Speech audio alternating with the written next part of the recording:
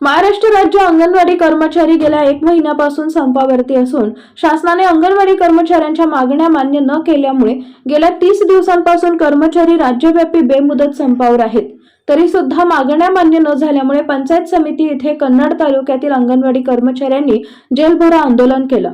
परंतु या संपामुळे चिमुकल्यांचं मोठं नुकसान होत आहे, त्यामुळे वेळेत शासनाने दखल घेऊन निर्णय घ्यावा अशी मागणी सर्व स्तरातून होत आहे। जिल्हा सचिव यांनी सांगितले की शासनाने तात्काळ अंगणवाडी कर्मचाऱ्यांना मागण्या मान्य कराव्या, अन्यथा येणाऱ्या दिवसांमध्ये हेच आंदोलन अधिक तीव्र होणार आहे। छत्रपती संभाजीनगर जिल्हा प्रतिनिधी मिलिंद कुमार लांडगे, शिवशाही न्यूज कन्नड।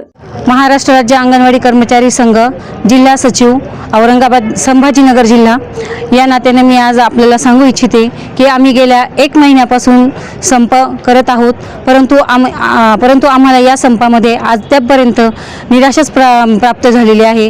कारण की आज आम्ही तळागाळातून भगिनी काम करत आहोत, तर प्रत्येक घरामध्ये आज जवळपास म्हणजे 4-4 कुटुंबाची जबाबदारी असते, म्हणजे 4-4 यांची जबाबदारी असते। परंतु आज आम्ही 1 महिन्यापासून संपामध्ये उतरलेलो आहे आणि त्या अनुषंगाने आम्हाला मानधन नको, वेतन पाहिजे आहे। प्रत्येक भगिनीला वाटते की आम्हाला वेतन मिळालं पाहिजे। सुप्रीम कोर्टाने आम्हाला आदेश दिलेला आहे की यांना ग्रॅज्युएटी पात्र महिला आहेत, परंतु सुप्रीम कोर्टाच्या आदेशालाही शासनाने म्हणजे डावललेला आहे।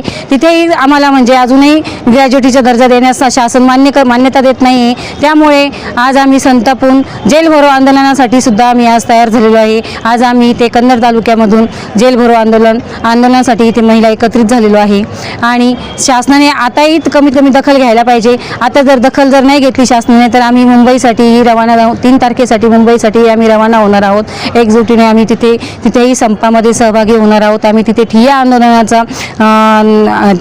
आंदोलन करणार आहोत आणि यासाठी आमच्या सर्व संभाजीनगर जिल्ह्यामधून आम्ही सर्व एकजुटीने महिला तिथे जाणार आहोत। आम्हाला मानधन पाहिजे नाही, आम्हाला वेतन पाहिजे, कारण की आम्ही वेतनाच्या पात्रतेच्या महिला आहोत।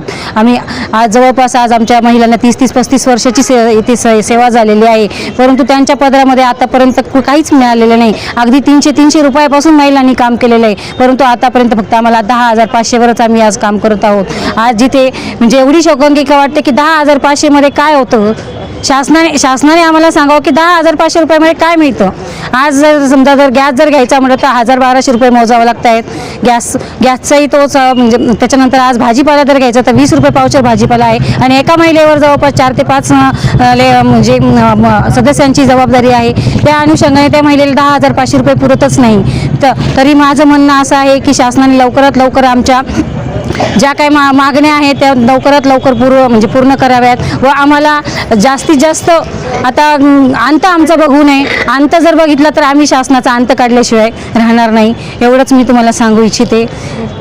ताज्या घडामोडी जाणून घेण्यासाठी शिवशाही न्यूज यूट्यूब चॅनलला सबस्क्राईब करा। आपण हा व्हिडिओ फेसबुकवर पाहत असाल तर फेसबुक पेज फॉलो करा आणि शिवशाही न्यूज.com या आपल्या वेबसाईटलाही भेट द्या।